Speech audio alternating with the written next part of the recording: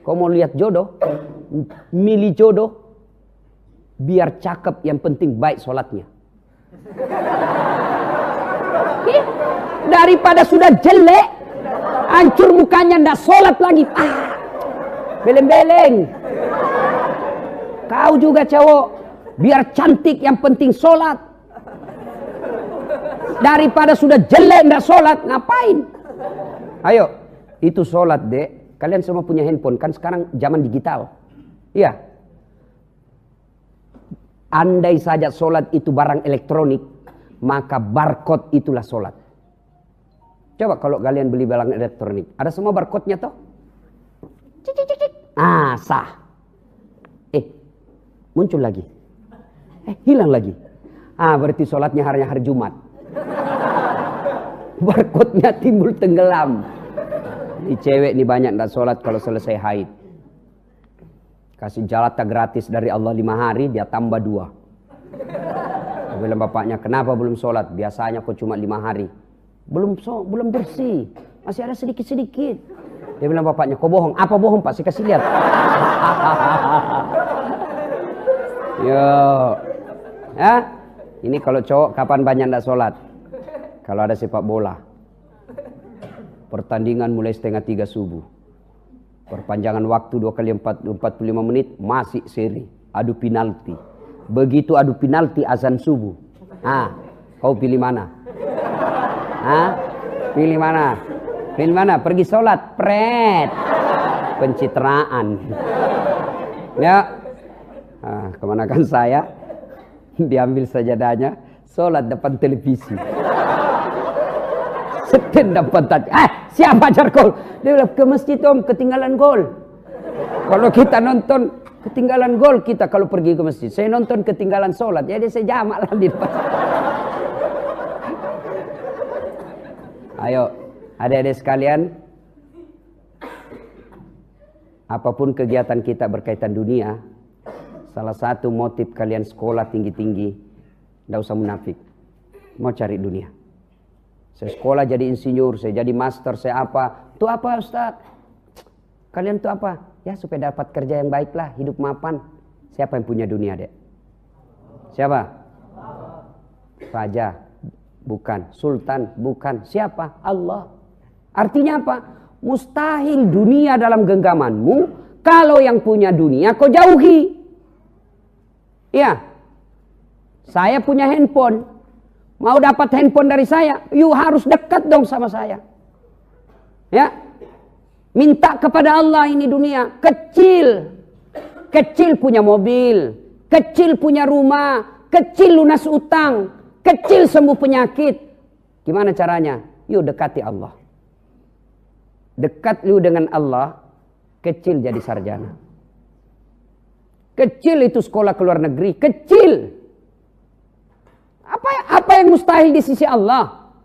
Orang bilang tidak masuk akal. Gimana caranya orang miskin mau pergi haji? Itu kalau logika pikiranmu. Allah berpikir, Allah menyampaikan, kau tidak usah bagaimana caranya deh. Tidak usah kau pikir bagaimana caranya. Caranya saya Tuhanmu yang maha kuasa. Kau tahu urusanmu, perbaiki sholatmu. Jangan ganggu orang. Saya kasih kau apa yang kau mau. Apa susahnya Allah kasih kita? Ya, adik-adik. Ada tidak perempuan hamil tidak pernah nikah? Tidak pernah disentuh laki-laki? Bisa enggak? Perempuan hamil tidak pernah disentuh laki-laki. Masuk akal enggak? Menurut ilmu kedokteran, ilmu biologi, tidak mungkin kalau tidak pernah dibuahi oleh laki-laki. Itu kata logika manusia. Tapi kalau Allah yang mau, tidak disentuh laki-laki hamil. Siapa? Siti Maryam.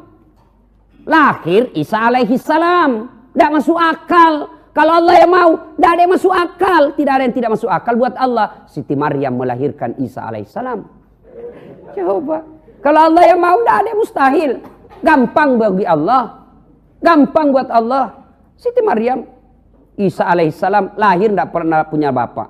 Ini alasannya orang Nasrani mengatakan, salah satu alasannya, kenapa dianggap Isa alaihissalam sebagai Tuhan? Karena dia tidak punya bapak, salah satu sebabnya. Saya bilang kalau begitu, kenapa bukan Nabi Adam bapak Tuhanmu?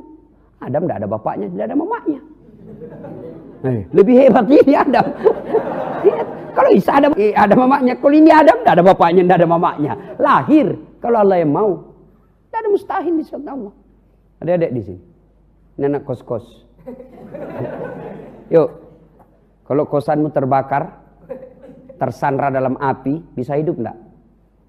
Kata logika enggak mungkin. Manusia kalau terbakar 70%, kalau terbakar hangus badannya 70% pasti mati.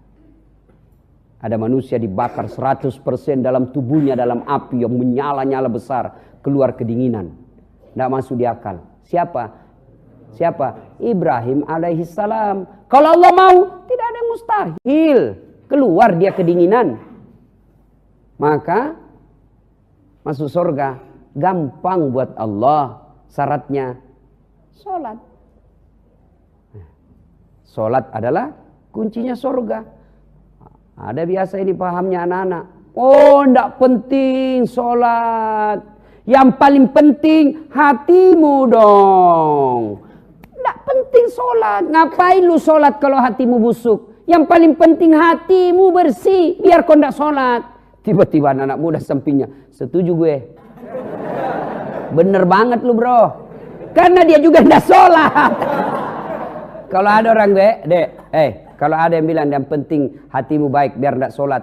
Tolong tanya siapa nabinya. Yuk. Siapa nabinya? Ada yang kalah bagus akhlaknya Rasulullah? Ada yang kalah baik hatinya Rasulullah? Rasulullah manusia paling mulia, tidak pernah mengganggu orang, akhlaknya baik, hatinya bersih. Mestinya beliaulah orang yang pertama tidak sholat. Tapi buktinya beliau tetap sholat. Bahkan riwayat mengatakan kalau beliau sholat sunnah sampai bengkak betis beliau. Sholat sunnah sampai bengkak betis beliau. Kita sekali bengkak betisnya biri-biri.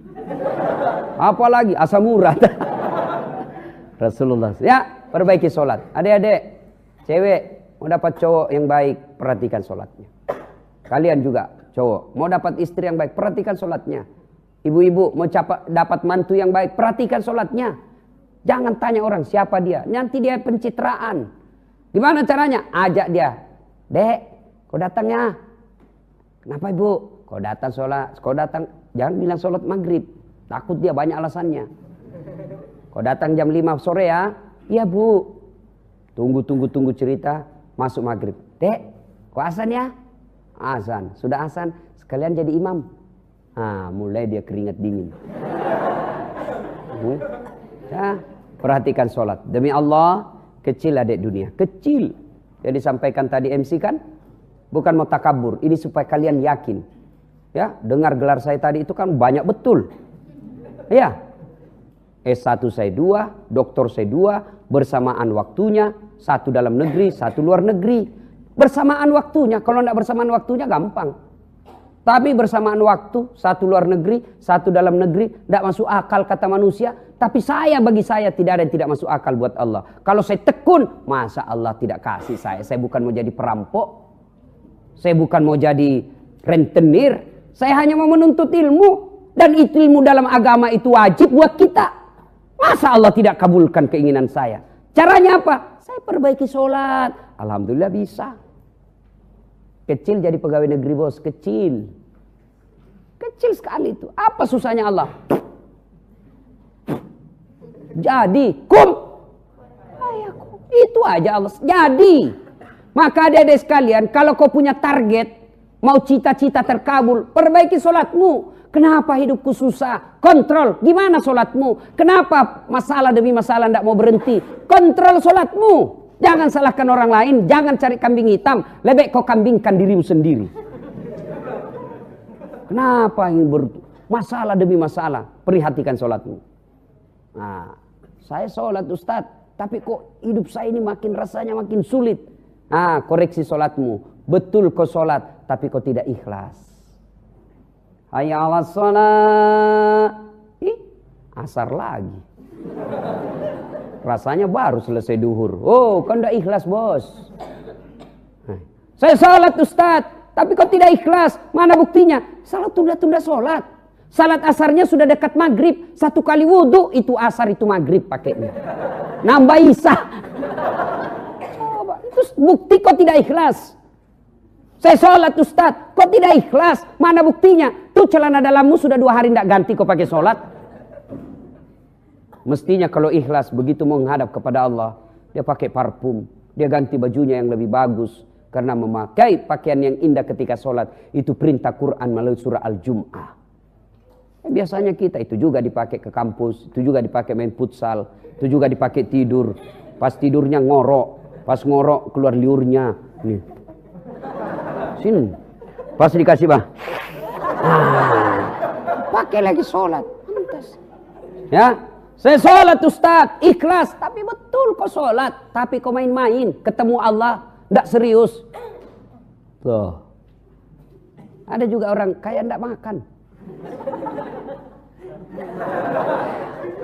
Mas, ada juga.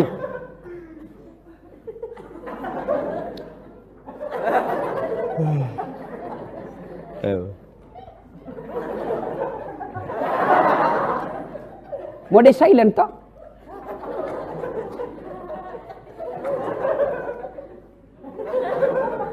Nah, ada yang sholat begitu, kayak ditiup angin.